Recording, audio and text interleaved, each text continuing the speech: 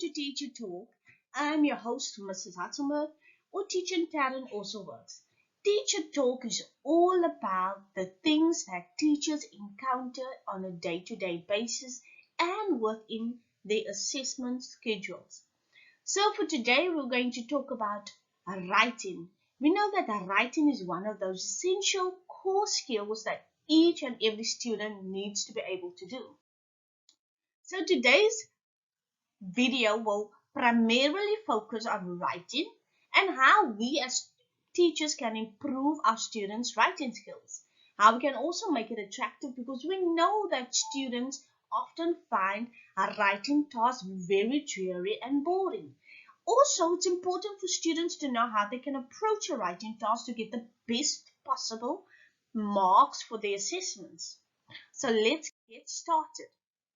I hope I still have your attention and you haven't dozed off like the students. Don't be naughty, teachers, or I'll put you in my naughty corner. So we all know that teaching writing can be a little like pulling teeth. Am I right or am I right? Because it can be as dreary for the teacher as it is for the students. Oftentimes when our students lack interest, we as a teacher feel personally responsible for those measures. However, this can be adapted in order for it to make it more interesting for our students. So then how do we teach writing in a technologically advanced context for technologically advanced students? Let's get into this. Before I give you a bit of more information on teaching writing, let's have a look at the basis or rationale for the importance of teaching writing. So our CAPS assessment policy considers the reading, writing and speaking the core of all academic skills. This means that there's no other skills that is more important than these. If a student cannot read, write or speak properly, it definitely is going to impact their marks overall. It doesn't matter which subject it is. So we can then ask the question, what exactly is writing?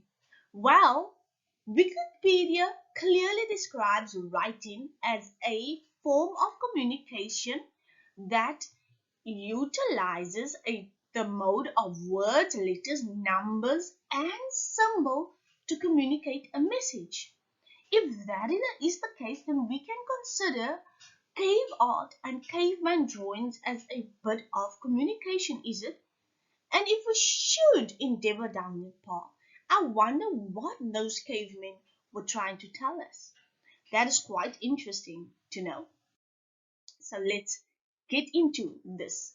So then we can ask the question, what is the point of writing then? The main purpose of writing is therefore to communicate. The students and teachers communicate their opinions, their research, their views and their beliefs, or simply just tell us a story. So it's also important for us to know what we want to communicate, who we wish to communicate with, and why. These are the important aspects to know before we endeavor onto a writing journey. Studies have also found that introverts tend to write more articulately. And I wonder why. It says that introverts tend to overthink and reflect more, which shows clarity, detail, and articulation in their writing skills. Hence, research suggests that writing as a process improves overall writing ability or products. Instead of focusing on the end product, there should be certain steps taken by the student when endeavoring on a writing task. This is called the writing process. So the writing process involves around 5 steps, 3 of which most teachers focus on. So the first step is pre-writing. This involves thinking about what you are going to write about, and it can be done in the form of a mind map.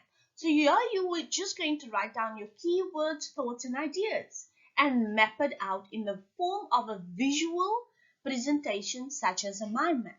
Your planning involves plotting out a brief overview of how you will plot or approach the task. For example, you can plot your introduction, body, and conclusion. And then with your drafting, the draft is the first formal attempt at approaching the writing task. And here you're going to flesh out everything you have done in your planning as well as your pre-writing and compile it as a complete writing product. During the editing process, the student they should correct any language errors. It is very important that a teacher is involved during this process to give the student feedback and tips. Publishing is the submission of your final product. It's also important for teachers to know that we need to scaffold our learners.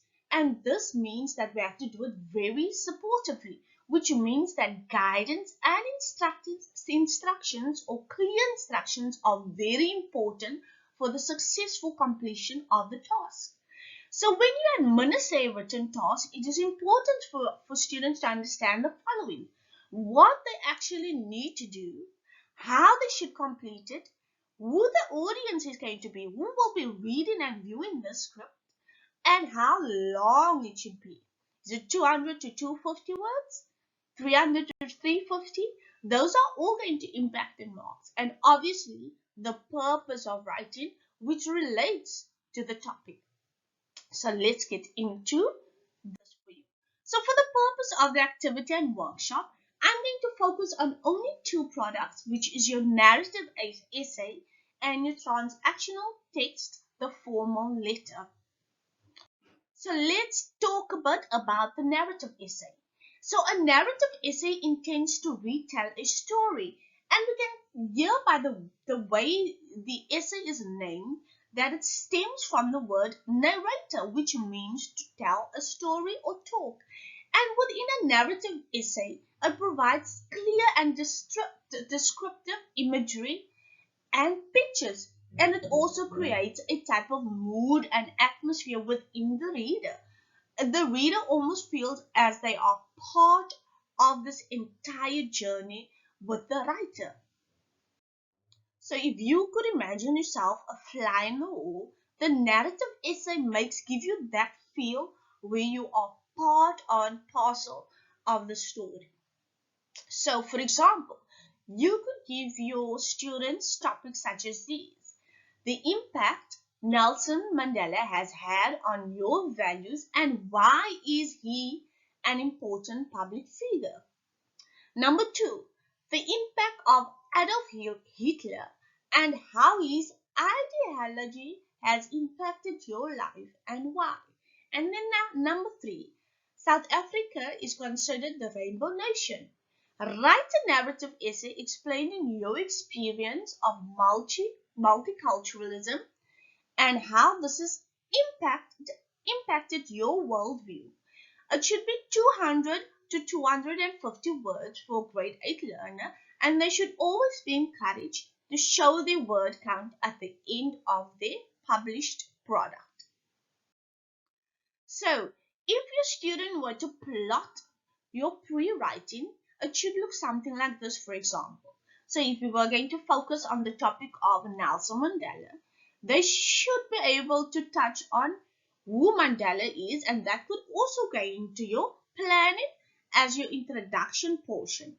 Why is Mandela important? This can go into your body. Let's look at some of the work Mandela has done. So what type of impact has he had on your life? He has impacted our freedom, our laws, and the way our lifestyle, or the freedom we are able to experience and enjoy today. If it wasn't for the works of Mandela and other comrades during the apartheid era, we would not have been able to enjoy the range of freedom that we are at the moment. And then with your conclusion, we will write down our closing thoughts such as: Mandela has taught me to stand up for what I believe in, even if it's not for myself, but it's going to impact someone else around me. So that's a very good closing statement. And we can see how our pre-writing relates to our planning and then also influences our first draft and how it brings us clarity and focus and creates a dynamic of articulation in order to improve the overall final product. Then you should also, as teachers, touch on the structure of an essay. We take it for granted that a student should know what an essay should look like. However, there might be students amongst your class who might not be familiar with it or might have forgotten it. So hence we always go back to our basics, even if CAPS documents say that they should have prior knowledge on writing essays. So, for example, you teach your students what the purpose of an introduction is, what the body does, and how the conclusion relates. For example, your introduction is a brief explanation on the topic of your essay.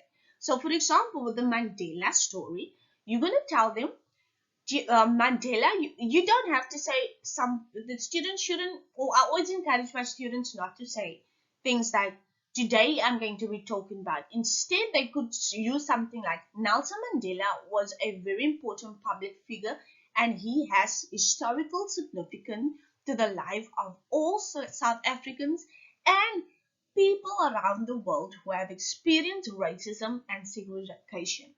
So that could be a nice little brief opening sentence and introduction.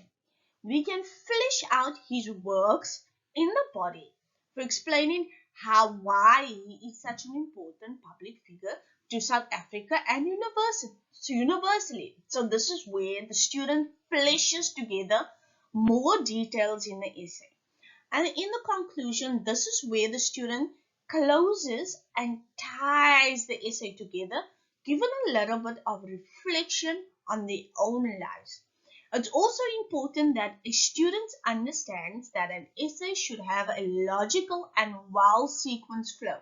For example, if you're going to write a narrative essay based on the best day you ever had, you're not going to start in the middle and jump to the morning and back at night. Instead, you should start from the moment you open your eyes up until the moment you went to bed that night. It should therefore be logical and well sequenced. How do we as teachers then mark and assess these students on their writing products?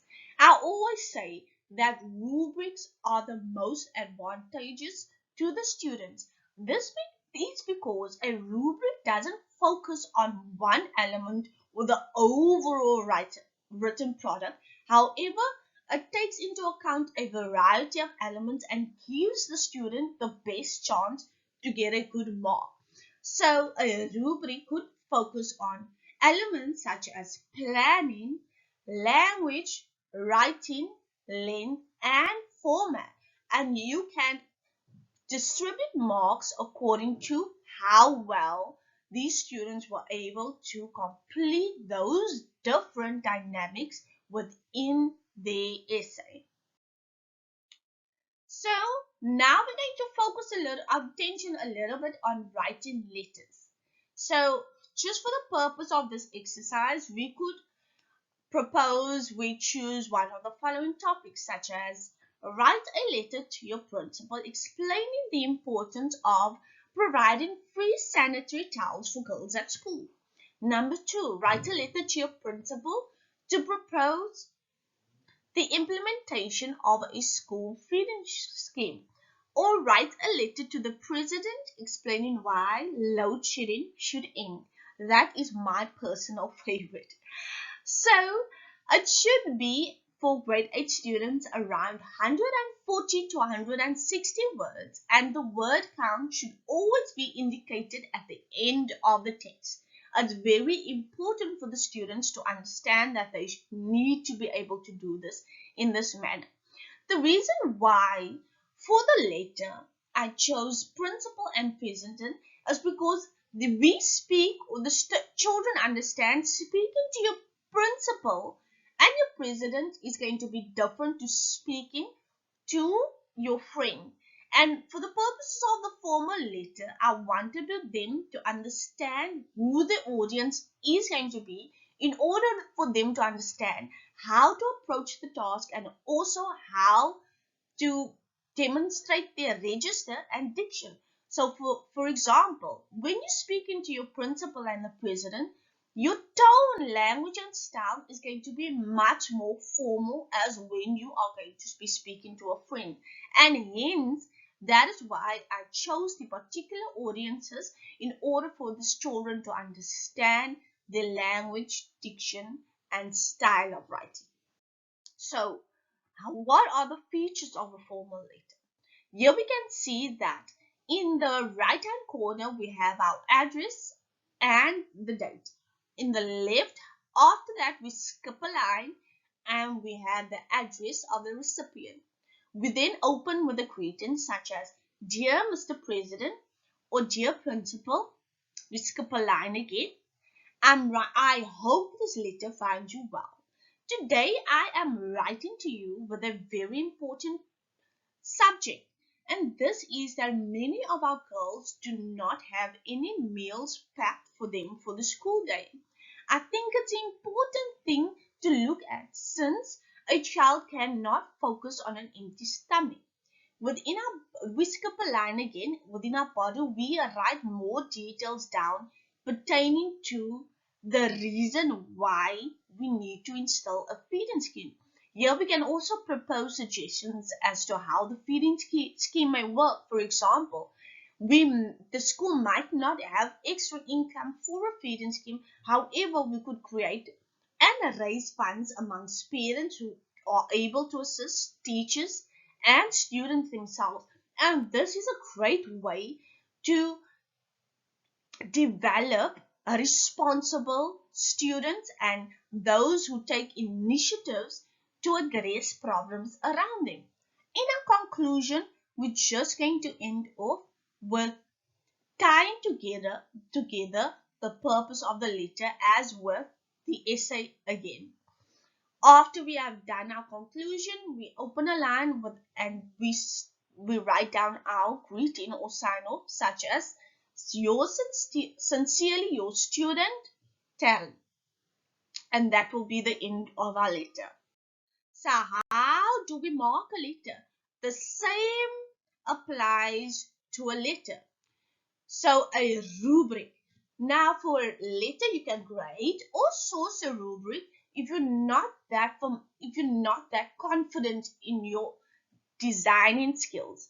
So on the government portal there are many rubrics you can use, but it's also important for you to use a rubric that has the correct mark allocation associated with your assessment task.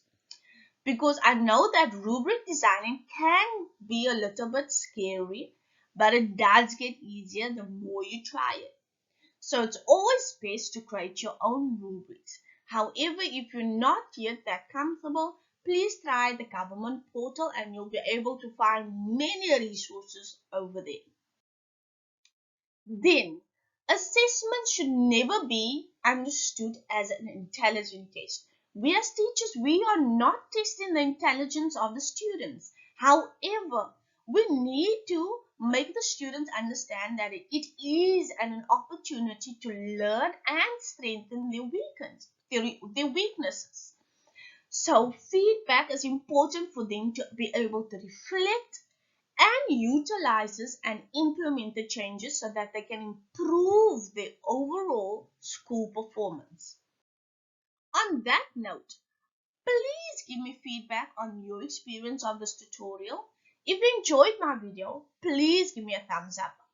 And if you would like to see more of my videos, please click subscribe. I hope you have enjoyed the video and felt empowered. Goodbye, all my fellow teachers, and I hope you have a good week at school and that this has helped you helped you in your creativity towards becoming the best teacher that you could possibly be. Goodbye, everybody.